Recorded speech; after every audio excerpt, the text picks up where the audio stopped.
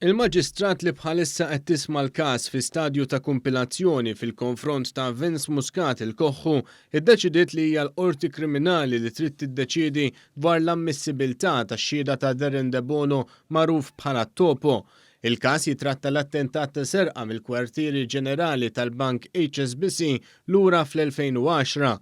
Din il-kwistjoni dwar l-ammissibilità tax-xhieda ta' De Bono qamet wara li d-difiża ta' Vince Muscat qed targumenta li De Bono ma jistax jixhed fil-kawża minħabba li fil-passat kien gideb taħt ġurament u għalhekk ikkommetta sperġur. Dan fil-waqt li tqajmu wkoll argumenti li x-xut ma kienx jinstema' fil-kumpilazzjoni tal-evidenza u li bekk l-avukati ma kellhomx l-opportunità li jisimgħu dak li kellu xi jgħid u jippreparaw id-difiża.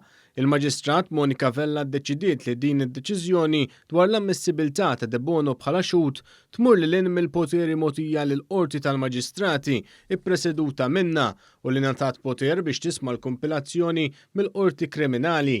De Bono nata sentenza ta' 10 snin u nofs priġunerija brabta mal-istess każ u tweqqet l-akkuża ta' attentat omiċidju li kienet qed tinġieb fil-konfront tiegħu. Dan sabiex De Bono jixhed kontra Vincent Muscat il-Koħħu dwar l-istess każ.